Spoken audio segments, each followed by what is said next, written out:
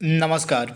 एक बार फिर से आप सभी का बहुत बहुत स्वागत है परीक्षा वर्ल्ड के इस यूट्यूब चैनल में। दोस्तों, आरआरबी एनटीपीसी 2024 की परीक्षा के लिए प्रैक्टिस सेट की जो हम सीरीज चला रहे हैं उसको आज हम और आगे बढ़ाएंगे और आज के इस वीडियो में हम प्रैक्टिस सेट नंबर 13 को कवर करने वाले हैं। अभी तक हमने 12 प्रैक्टिस सेट को अपलोड कर दिया है। पिछले अगर आपने सभी प्रैक्टिस सेट को नहीं देखा है तो उनको आप एक बार देख लीजिएगा तथा उनको जो है ईमानदारी पूर्वक आप सॉल्व कर लीजिएगा। सभी प्रैक्टिस सेट आपके आगामी एनटीपीसी परीक्षा के लिए महत्वपूर्ण है। आइए आज के सेशन को स्टार्ट करते हैं और देख लेते हैं कि आज का हमारा यह जो सेशन है प्रैक्टिस सेट नंबर 13, इसमें हमने कौन कौन से बेहतरीन जीके, जीएस और करंट अफेयर्स के प्रश्नों को सम्मिलित किया हुआ है। पहला प्रश्न आपके स्क्रीन पर है, किस अभिलेख में सती प्रथा की घटना का उल्लेख मिलता है। बेहतरीन प्रश्न है, एग्जाम ओरिएंटेड प्रश्न है। तो राइट आंसर क्या हो जाएगा, एरण अभिलेख। इसके बारे में आप याद रखिएगा, जो एरण अभिलेख है, एरण जो है आपका इस प्रकार शुद्ध लिखा जाएगा। तो जो एरण अभिलेख है यह भानुगुप्त का अभिलेख है, इसे आप याद रखिएगा। एरण अभिलेख जो है यह भानुगुप्त का अभिलेख है और इसी एरण अभिलेख में ही सती प्रथा का उल्लेख देखने को मिलता है। तो ये फैक्ट आप याद रखिएगा। पहले प्रश्न का राइट आंसर क्या हो जाएगा, एरण अभिलेख। इसके बारे में आप याद रखिएगा। तथा जो एरण अभिलेख है यह भानुगुप्त का अभिलेख है। अगला प्रश्न आपके स्क्रीन पर है, लखनऊ समझौता कब हुआ था। बेहतरीन प्रश्न है, लखनऊ समझौता कब हुआ था। तो यह जो लखनऊ समझौता है दिसंबर 1916 में हुआ था। किसके मध्य हुआ था, तो आप याद रखिएगा कांग्रेस और मुस्लिम लीग के मध्य। आप याद रखिएगा, कांग्रेस और मुस्लिम लीग के मध्य हुआ था लखनऊ समझौता। तो ऑप्शन आपका बी यहाँ पे बिल्कुल सही है। इसके बारे में आपको याद रखना है, कांग्रेस और मुस्लिम लीग के मध्य जो लखनऊ समझौता है यह दिसंबर 1916 में हुआ था। इसको हम लखनऊ पैक्ट के नाम से भी जानते हैं। अगला प्रश्न आपके स्क्रीन पर है, हाल ही में डॉक्टर मनमोहन सिंह जी का निधन हो गया है। तो आपको बताना है कि मनमोहन सिंह जी को पद्म विभूषण से कब सम्मानित किया गया था। बेहतरीन प्रश्न है। तो राइट आंसर क्या हो जाएगा, 1987 में डॉक्टर मनमोहन सिंह जी को पद्म विभूषण से सम्मानित किया गया था। तो ऑप्शन आपका यहाँ पे बी बिल्कुल सही हो जाएगा, 1987 में। ये वर्ष आपको याद रखना है। हमारे देश के पूर्व प्रधानमंत्री डॉक्टर मनमोहन सिंह का हाल ही में 26 दिसंबर को निधन हो गया है। तो ये फैक्ट आपको याद रखना है। इनको जो है 1987 में पद्म विभूषण से सम्मानित किया गया था। इसके अलावा ये जो है 2004 से लेके 2014 तक यानी कि 2 कार्यकाल के लिए हमारे देश के प्राइम मिनिस्टर यानी कि प्रधानमंत्री रहते हैं। तो वर्ष आप याद रखिएगा, 2004 से लेके 2014 तक 2 कार्यकाल के लिए। इसके अलावा ये रिजर्व बैंक ऑफ इंडिया यानी कि आरबीआई के गवर्नर भी रह चुके हैं 1982 से लेकर 1985 तक। इसके अलावा ये योजना आयोग के उपाध्यक्ष भी रह चुके थे 1985 से लेकर 1987 तक। तो ये फैक्ट आप याद रखिएगा। इनका जन्म हुआ था अविभाजित भारत के पंजाब प्रांत में, जो कि वर्तमान में पाकिस्तान में पड़ता है। तो 26 सितंबर 1932 में इनका जन्म हुआ था और 26 दिसंबर 2014 को हाल ही में जो है इनका निधन हो गया। तो ये फैक्ट आपको याद रखना है, भूलना नहीं है। ये जो है 2004 से लेकर 2014 तक हमारे देश के प्रधानमंत्री थे।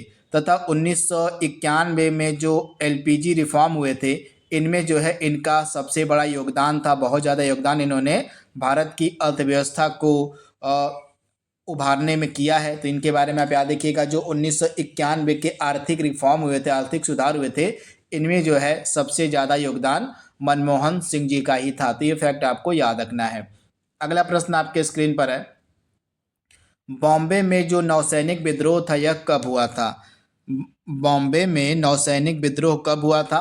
तो 18 फरवरी 1946 को। ऑप्शन आपका यहाँ पे सी बिल्कुल सही हो जाएगा। इसके बारे में आप याद रखिएगा, 18 फरवरी 1946 को नौसेना का विद्रोह हुआ था। आप याद रखिएगा कहाँ पर हुआ था, तो मुंबई में हुआ था और रॉयल इंडियन नेवी के द्वारा। किसके द्वारा, तो रॉयल इंडियन नेवी के जो नाविक थे उन्होंने यह विद्रोह किया था। तो इसके बारे में आप याद रखिएगा। राइट आंसर क्या हो जाएगा, ऑप्शन यहाँ पे सी बिल्कुल सही हो जाएगा, 18 फरवरी 1946 को। अगला प्रश्न आपके स्क्रीन पर है, हाल ही में किसे नवंबर 2024 में doctor Martin Luther king junior विश्व शांति पुरस्कार से सम्मानित किया गया? बेहतरीन प्रश्न है, एकदम लेटेस्ट करंट अफेयर्स का प्रश्न है। तो राइट आंसर क्या हो जाएगा?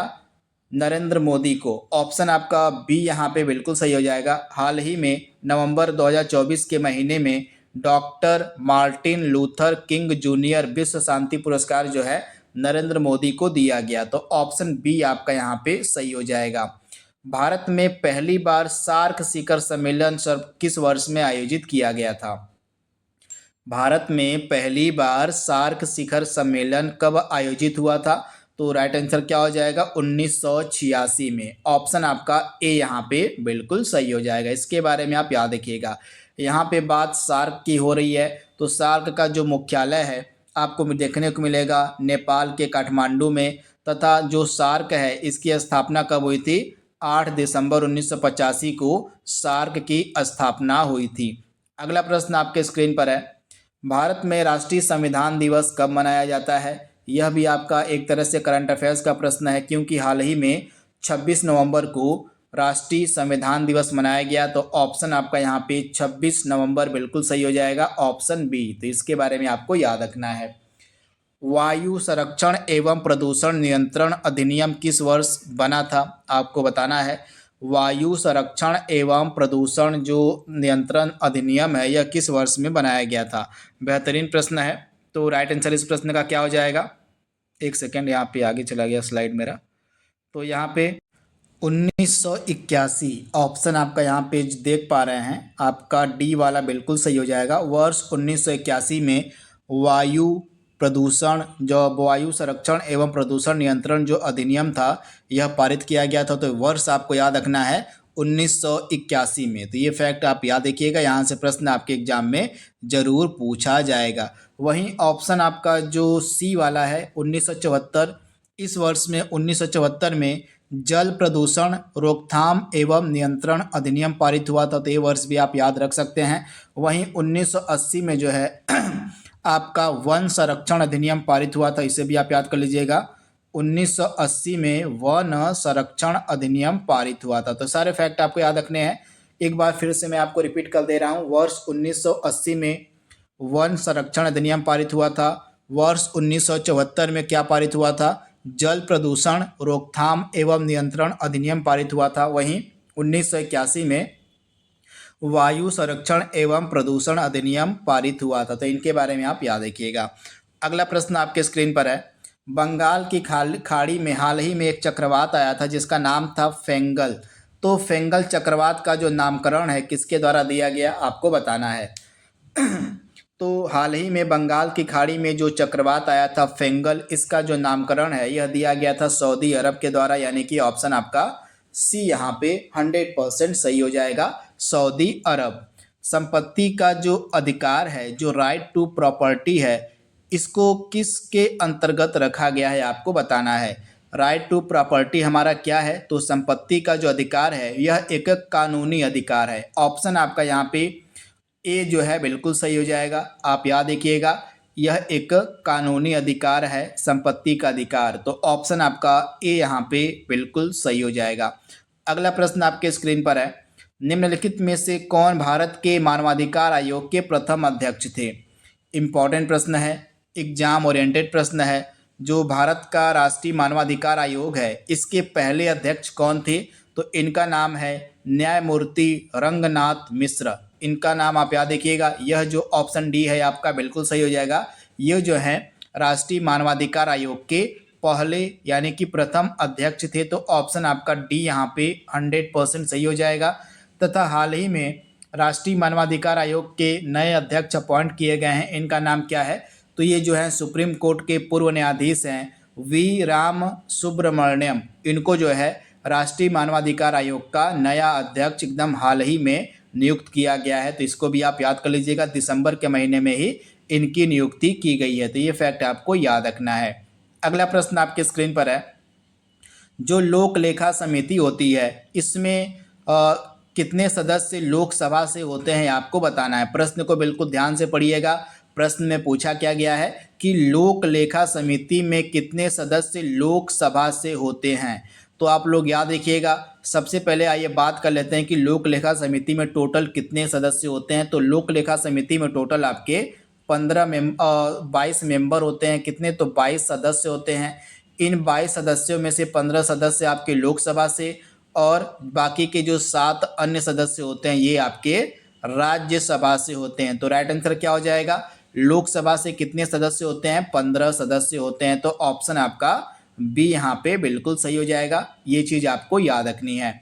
अगला प्रश्न आपके स्क्रीन पर है, कांग्रेस के द्वारा भारत की पूर्ण स्वतंत्रता के लक्ष्य की जो घोषणा है किस अधिवेशन में की गई थी?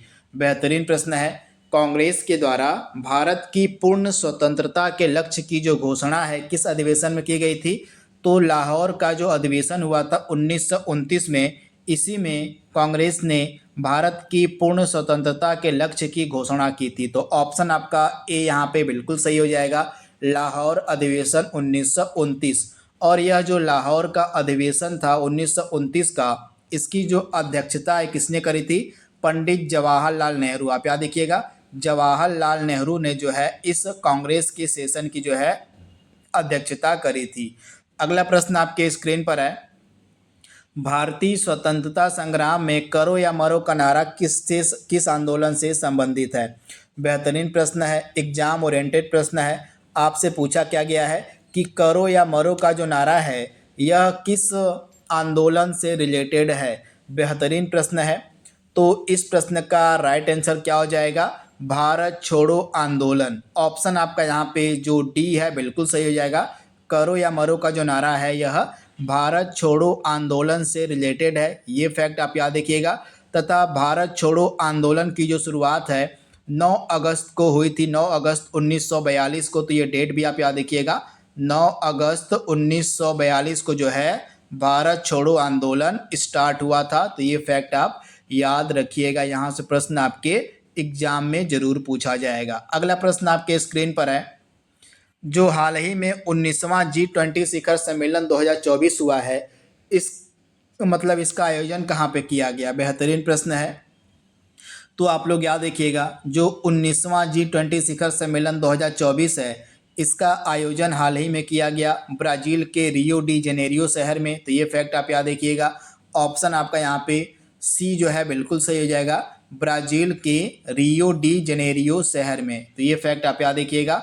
इसके यहाँ पे आप देख पा रहे हैं 18 से लेके 19 नवंबर 2024 को रियो डी जेनेरियो ब्राज़ील के शहर में G20 शिखर सम्मेलन जो 19वें नंबर का है इसका जो है आयोजन किया गया। यह ब्राज़ील में आयोजित होने वाला पहला G20 शिखर सम्मेलन है। तो ये फैक्ट आपको याद रखना है, भूलना नहीं है। वहीं 2025 का जो G20 शिखर सम्मेलन है 20वां, यह दक्षिण अफ्रीका में आयोजित किया जाएगा। तो ये फैक्ट आप याद रखिएगा। अगला प्रश्न आपके स्क्रीन पर है, मुगल साम्राज्य की स्थापना किसने की थी? तो राइट आंसर क्या हो जाएगा इस प्रश्न का? मुगल साम्राज्य की जो स्थापना है 1526 में की गई थी। किसके द्वारा? तो बाबर के द्वारा। ऑप्शन आपका यहाँ पे जो ए है बिल्कुल सही हो जाएगा। बाबर ने जो है पानीपत के प्रथम युद्ध में, जो पानीपत का पहला युद्ध हुआ था 1526 में, बाबर ने इब्राहिम लोदी को हराकर मुगल साम्राज्य की स्थापना करी थी। तो ये फैक्ट आप याद रखिएगा, राइट आंसर क्या हो जाएगा? बाबर के द्वारा। अगला प्रश्न आपके स्क्रीन पर है, एल्युमिनियम किससे प्राप्त होता है? बेहतरीन प्रश्न है, एल्युमिनियम किससे प्राप्त होता है? तो राइट आंसर क्या हो जाएगा आपका? बॉक्साइट से। ऑप्शन आपका डी यहाँ पे बिल्कुल सही हो जाएगा। अकबर का मकबरा कहाँ स्थित है? अकबर का जो मकबरा है कहाँ पर देखने को मिलेगा? तो राइट आंसर आपका क्या हो जाएगा? सिकंदरा में। ऑप्शन आपका यहाँ पे ए बिल्कुल सही हो जाएगा, सिकंदरा में अकबर का मकबरा अवस्थित है। अगला प्रश्न आपके स्क्रीन पर है, गहरे समुद्र में गोताखोरों द्वारा सांस लेने के लिए किस गैस का इस्तेमाल किया जाता है? आपको बताना है कि गहरे समुद्र में जो गोताखोर होते हैं वे सांस लेने के लिए किस गैस का प्रयोग करते हैं? तो राइट आंसर क्या हो जाएगा? ऑक्सीजन व हीलियम दोनों गैसों का। यानी कि ऑप्शन आपका यहाँ पे सी बिल्कुल सही हो जाएगा। दोनों गैसों का जो इस्तेमाल है सांस लेने के लिए गोताखोरों के द्वारा किया जाता है गहरे समुद्र में। तो दिए गए प्रश्न का ऑप्शन सी 100% सही हो जाएगा। और निम्नलिखित में से आपको पहचान करनी है उसकी जो रात्रि चर है। इसमें से कौन रात्रि चर है उसकी आपको पहचान करनी है। तो राइट आंसर क्या हो जाएगा? मच्छर। मच्छर जो होते हैं ये रात्रि चर होते हैं। ऑप्शन आपका ए यहाँ पे 100% सही हो जाएगा। 21वां प्रश्न आपके स्क्रीन पर है। निम्नलिखित में से कौन ओजोन क्षरण नियंत्रण से संबंधित है? तो ओजोन परत के क्षरण को रोकने के लिए कौन सा कन्वेंशन, कौन सा प्रोटोकॉल आयोजित किया गया था? तो आप लोग याद रखिएगा मॉन्ट्रियल प्रोटोकॉल, यानी कि ऑप्शन आपका बी जो है बिल्कुल सही हो जाएगा। जो मॉन्ट्रियल प्रोटोकॉल है यह ओजोन परत के क्षरण को रोकने के लिए यह प्रोटोकॉल लाया गया था। तो ये फैक्ट आप याद रखिएगा। ऑप्शन आपका बी यहाँ पे 100% सही हो जाएगा। अगला प्रश्न आपके स्क्रीन पर है। निम्नलिखित में से किसे छाता विधान के नाम से जाना जाता है? किसे जो है छाता विधान के नाम से जाना जाता है? छाता विधान को हम इंग्लिश में बोलते हैं अम्ब्रेला एक्ट। तो इसमें से अम्ब्रेला एक्ट हम किसे कहते हैं? तो 1986 का जो पर्यावरण संरक्षण अधिनियम है इसी को अम्ब्रेला एक्ट या छाता विधान के नाम से जाना जाता है। तो ऑप्शन आपका ए यहाँ पे बिल्कुल सही हो जाएगा। आप इसे याद रखिएगा, यहाँ से प्रश्न आपके एग्जाम में जरूर पूछा जाएगा।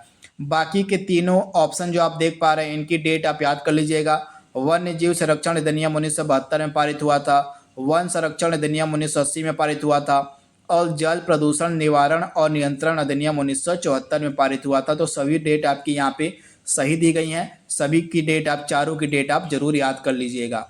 इसी क्रम में अगला प्रश्न आपके स्क्रीन पर है। और भारतीय संविधान यानी कि हमारे संविधान की जो प्रस्तावना है इसमें कितने प्रकार के न्याय की बात करी, अब सॉरी, कितने प्रकार के स्वतंत्रता की बात करी गई है आपको बताना है। एग्जाम ओरिएंटेड प्रश्न है। तो हमारा जो प्रियम्बल है, हमारी जो प्रस्तावना है, हमारी प्रस्तावना में टोटल जो है 5 प्रकार के स्वतंत्रता की बात करी गई है। आप याद रखिएगा कितने प्रकार के स्वतंत्रता की बात करी गई है? तो 5 प्रकार की। ये 5 प्रकार की स्वतंत्रता कौन सी है? विचार, अभिव्यक्ति, विश्वास, धर्म और उपासना, ये 5 प्रकार की स्वतंत्रता की बात करी गई है हमारी प्रस्तावना में। तो ऑप्शन आपका सी यहाँ पे बिल्कुल सही हो जाएगा। वहीं कितने प्रकार के न्याय की बात करी गई है? तो 3 प्रकार के न्याय की बात करी गई है हमारी प्रस्तावना में। कौन कौन से न्याय? सामाजिक, आर्थिक और राजनीतिक, इन 3 प्रकार के न्याय की बात करी गई है हमारी प्रस्तावना में। तो सारे फैक्ट आपको याद रखने हैं। अगला प्रश्न आपके स्क्रीन पर है। निम्नलिखित में से कौन कैबिनेट मिशन का मेंबर यानी कि सदस्य नहीं था? कैबिनेट मिशन का इसमें से सदस्य कौन नहीं था आपको बताना है। तो राइट आंसर क्या हो जाएगा? आप लोग याद रखिएगा जो कैबिनेट मिशन था इसमें 3 सदस्य इंपॉर्टेंट थे। कौन कौन से? आपके सर स्टेफोर्ड क्रिप्स हो गए, एवी अलेक्जेंडर हो गए और पैथिक लॉरेंस, ये तीनों सदस्य से कैबिनेट मिशन के। लेकिन लेन लिथगो जो है कैबिनेट मिशन का सदस्य नहीं था। तो ऑप्शन आपका डी यहाँ पे बिल्कुल सही हो जाएगा। आप इसे याद रखिएगा।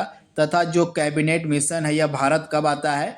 24 मार्च 1946 को। आप याद रखिएगा 24 मार्च 1946 को जो है कैबिनेट मिशन भारत आता है। तो सारे फैक्ट आपको याद रखने हैं। अगला प्रश्न आपके स्क्रीन पर है।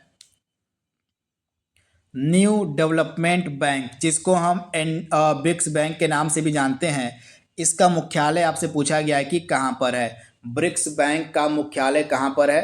तो आप लोग याद रखिएगा संघाई में इसका मुख्यालय आपको देखने को मिल जाएगा। ऑप्शन आपका सी यहाँ पे बिल्कुल सही हो जाएगा। ब्रिक्स बैंक को हम न्यू डेवलपमेंट बैंक के नाम से जानते हैं और इसका जो मुख्यालय है चीन के संघाई शहर में आपको देखने को मिल जाएगा। क्लोरोफ्लोरोकार्बन अधिकतर कहाँ इस्तेमाल होता है?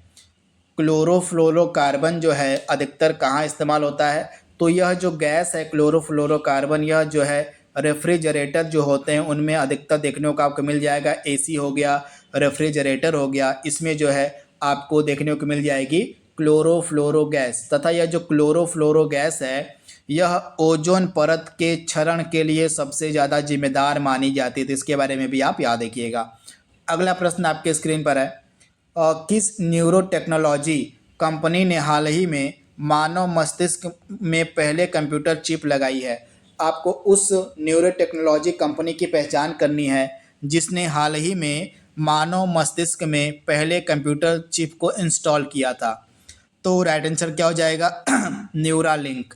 इस कंपनी का नाम है न्यूरालिंक कंपनी, और यह जो कंपनी है एलन मस्क की कंपनी है। तो इसी ने जो है मानव मस्तिष्क में कंप्यूटर चिप का जो है प्रयोग किया है। तो इसके बारे में आप याद रखिएगा, ऑप्शन आपका यहाँ पे ए जो है बिल्कुल सही हो जाएगा। इस कंपनी का नाम है न्यूरालिंक।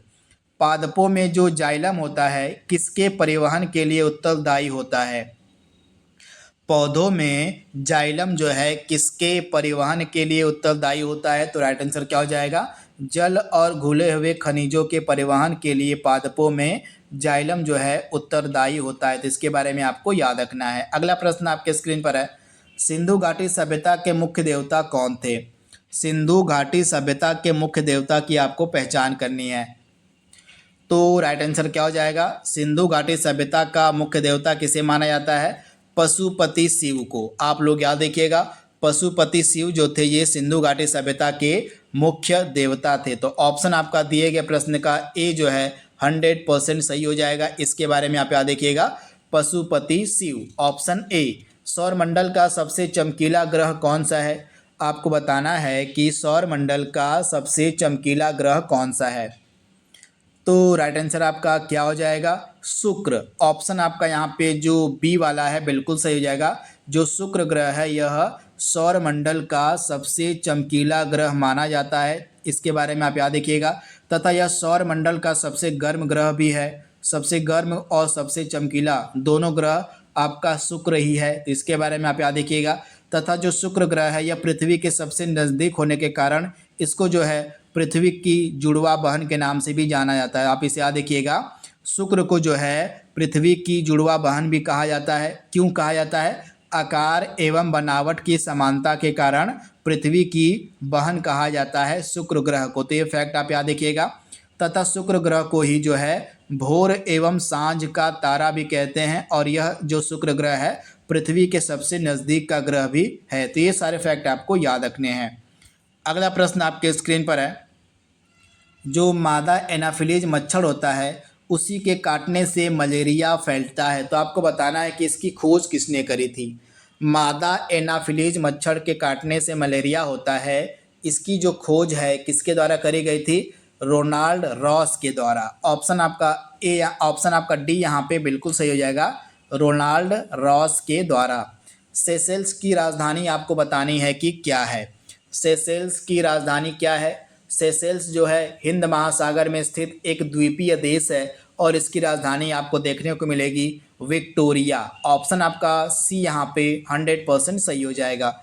33वां प्रश्न आपके स्क्रीन पर है, किस संयुक्त राष्ट्र संगठन को नोबेल पुरस्कार से सम्मानित नहीं किया गया है? यहाँ पे 4 ऑप्शन दिए गए हैं, चारों आपके संयुक्त राष्ट्र के संगठन हैं। इसमें से आपको उसकी पहचान करनी है जिसको अभी तक नोबेल पुरस्कार नहीं मिला हुआ है। तो आप लोग याद रखिएगा, इसमें से जो आपका यूनेस्को है ऑप्शन बी वाला, इसको अभी तक नोबेल पुरस्कार नहीं मिला है। बाकी के तीनों को, पहला ऑप्शन क्या है? WFP यानी कि वर्ल्ड फूड प्रोग्राम, हिंदी में बोलते हैं इसको हम विश्व खाद्य कार्यक्रम। इसको जो है कब दिया गया था नोबेल पुरस्कार? 2020 में। हाल ही में नोबेल पीस प्राइज़ दिया गया था 2020 में। किसको? तो वर्ल्ड फूड प्रोग्राम को। वहीं इंटरनेशनल लेबर ऑर्गेनाइजेशन को कब दिया गया था विश्व शांति पुरस्कार? तो 1969 में नोबेल का जो शांति पुरस्कार है यह मिला है 1969 में ILO को। वहीं जो UNHCR है इसको 2 बार नोबेल का शांति पुरस्कार मिल चुका है, 1954 में और 1981 में। तो इसके बारे में आप याद रखिएगा, UNHCR को 2 बार नोबेल पुरस्कार मिला हुआ है, 1954 में और 1981 में। वहीं इंटरनेशनल लेबर ऑर्गेनाइजेशन को नोबेल पुरस्कार 1969 में मिला था। वहीं वर्ल्ड फूड ऑर्गेनाइजेशन को 2020 में नोबेल पुरस्कार दिया गया था शांति का। तो इनके बारे में आपको याद रखना है। जो संघाई सहयोग संगठन है इसकी स्थापना कब हुई थी? संघाई सहयोग संगठन की स्थापना कब हुई थी? तो 2001 में हुई थी, और इसका जो मुख्यालय है चीन के बीजिंग शहर में आपको देखने को मिल जाएगा। चीन का जो बीजिंग सिटी है, बीजिंग शहर है, वहीं पर संघाई सहयोग संगठन का मुख्यालय देखने को मिलेगा। अगला प्रश्न आपके स्क्रीन पर है, भारतीय संविधान की जो छठी अनुसूची है इसमें कौन सा राज्य शामिल नहीं है, आपको बताना है। भारतीय संविधान की छठवीं अनुसूची में कौन सा राज्य शामिल नहीं है? तो राइट आंसर क्या हो जाएगा? पश्चिम बंगाल इसमें शामिल नहीं है। बाकी असम है, मेघालय है, मिजोरम है, इसके अलावा आपका एक राज्य और है त्रिपुरा। तो भारतीय संविधान की जो छठी अनुसूची है इसमें 4 राज्य शामिल हैं। कौन कौन से? आपका असम हो गया, मेघालय हो गया, मिजोरम हो गया और त्रिपुरा हो गया।